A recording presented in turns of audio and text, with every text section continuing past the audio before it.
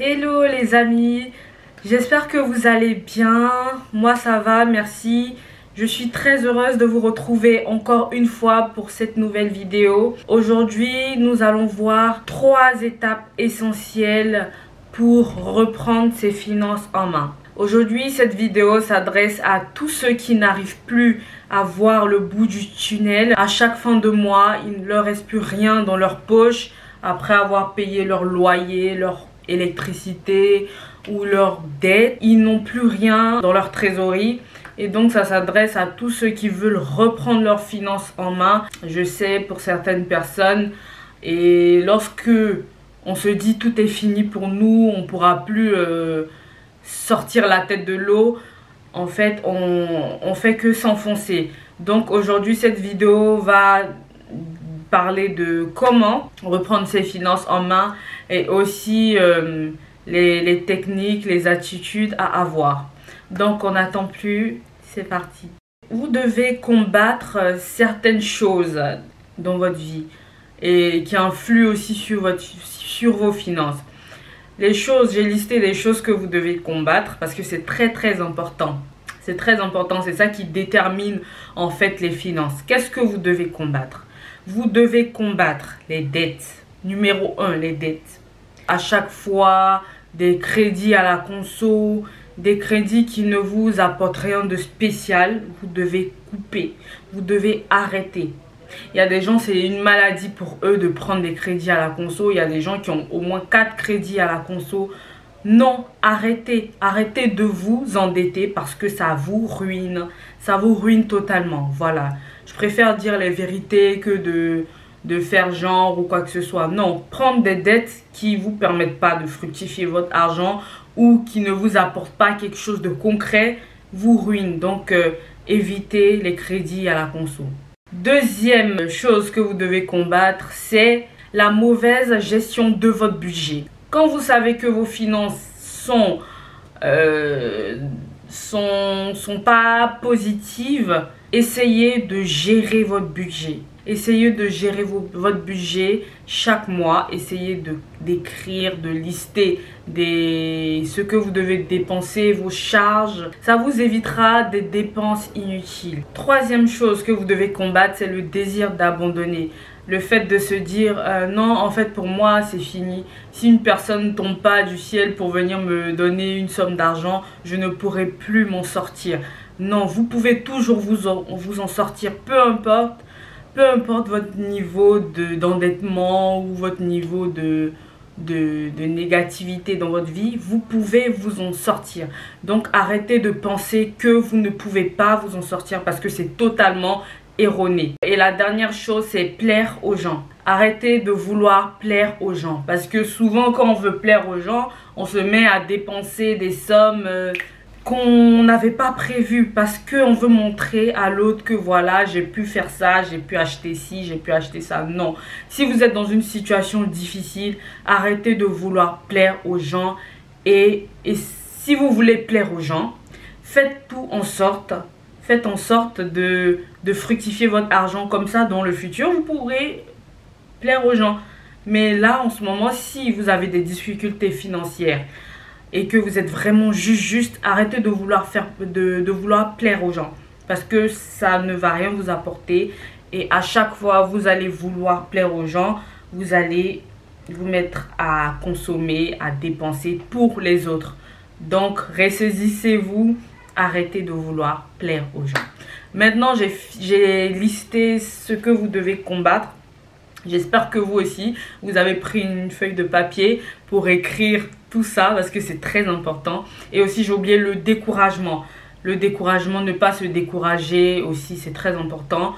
Donc, listez ça, écrivez sur une feuille de papier et méditez. Je sais qu'il y a quelque chose au moins dans ce que j'ai listé. Si vous avez des difficultés financières qui vous tracassent.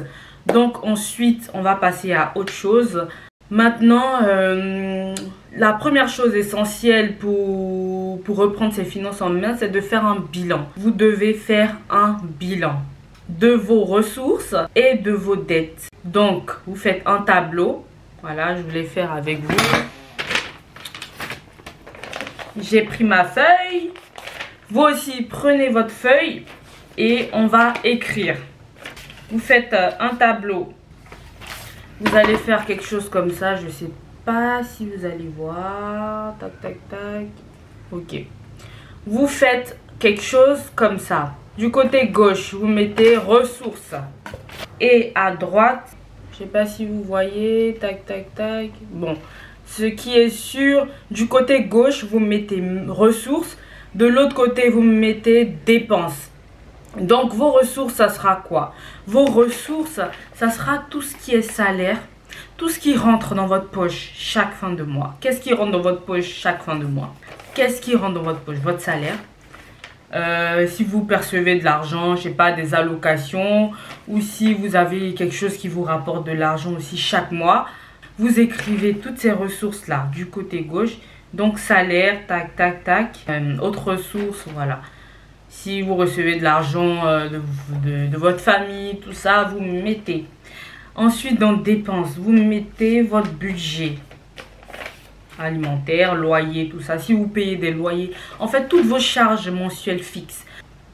Et électricité, eau, gaz, essence, quoi d'autre? Assurance, vous mettez tout sur la droite. Sachez aussi combien vous remboursez. Parce que souvent, on prend des dettes, on ne sait pas combien on rembourse.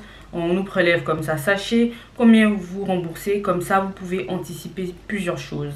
Donc, après que vous ayez mis ressources moins dépenses, le résultat que vous allez trouver, ça sera votre trésorerie. On va appeler ça trésorerie. Donc, voilà, vous listez à chaque fois. Et ensuite, vous faites le total de chaque colonne. Après avoir fait le total de chaque colonne, vous faites une soustraction. Ressources moins dépenses. Si le résultat est positif, tant mieux pour vous. Ça veut dire que vous avez de la trésorerie. Donc, c'est déjà bon. C'est déjà bon, c'est-à-dire malgré vos charges, vos dettes, vous avez de la trésorerie. Ok?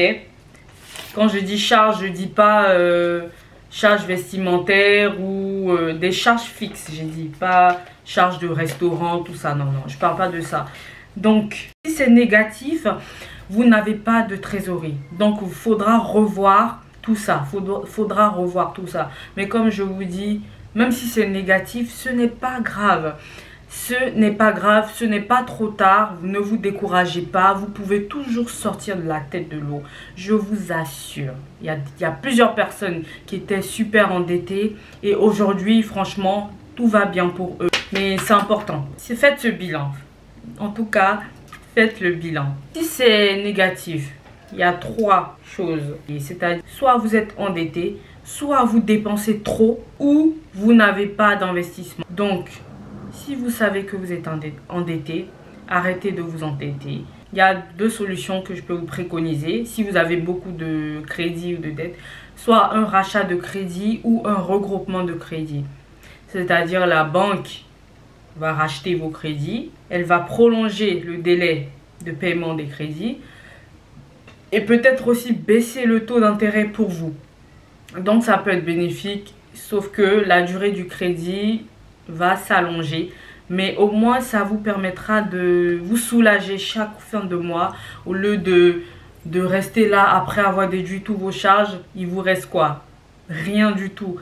Et ça, c'est dommage parce que vous ne pouvez pas vous faire plaisir, vous ne pouvez rien faire. Vous ne pourrez pas être heureux en soi. Vous ne pourrez pas être heureux, voilà. Oui, les gens qui disent l'argent ne fait pas le bonheur. L'argent fait le bonheur. Donc, ce que je voulais dire, c'est quoi? Pour réduire son endettement, soit regroupement de crédit, soit rachat de crédit. Voilà, renseignez-vous auprès de votre banque. Réduisez vos dépenses. Pour réduire ces dépenses, il faut tout simplement budgéter. Faire des budgets de chaque chose, des choses importantes. C'est important. Donc, il faut faire des budgets. Pour réduire ces dépenses, il faut faire des budgets. Et surtout, si on n'a pas de trésorerie, ça ne sert à rien de vouloir dépenser. Pourquoi vous voulez dépenser lorsque vous n'avez pas de ressources? Pourquoi?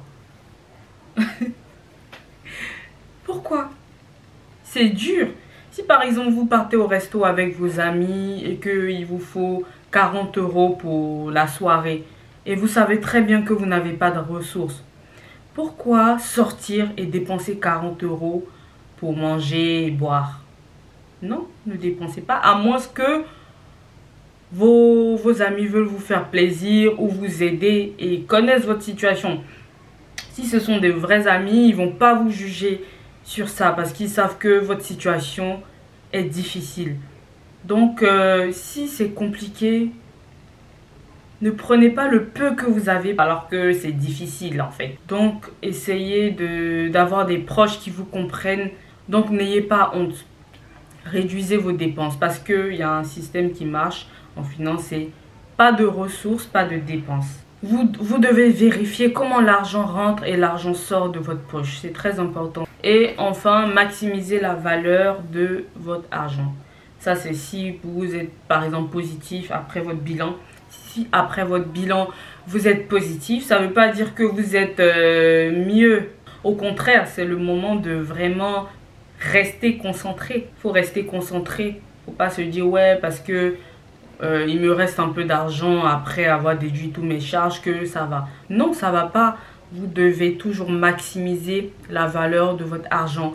Cherchez à décupler cet argent. Comme ça, vous pourrez vous faire plus plaisir.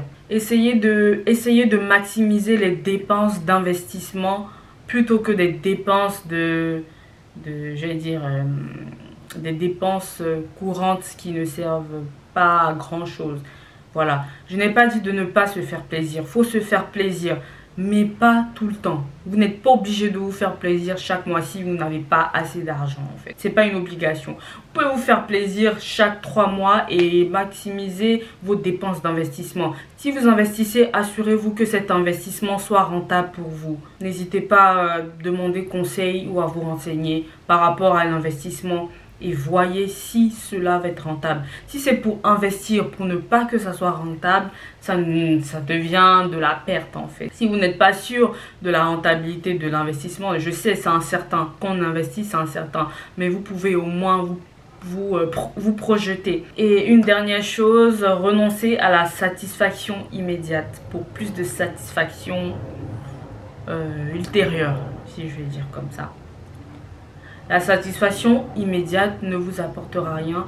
Au contraire, vous allez vouloir toujours dépenser. Parce que si vous achetez quelque chose, vous allez être content les premiers jours. J'ai connu ça, J'achète quelque chose que j'ai tellement désiré depuis longtemps.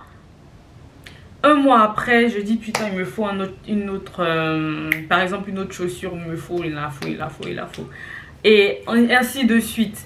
Donc, si on peut renoncer au moins à la satisfaction immédiate, essayez de maximiser la valeur de votre argent. Et plus tard, vous pourrez vous satisfaire, mais encore plus.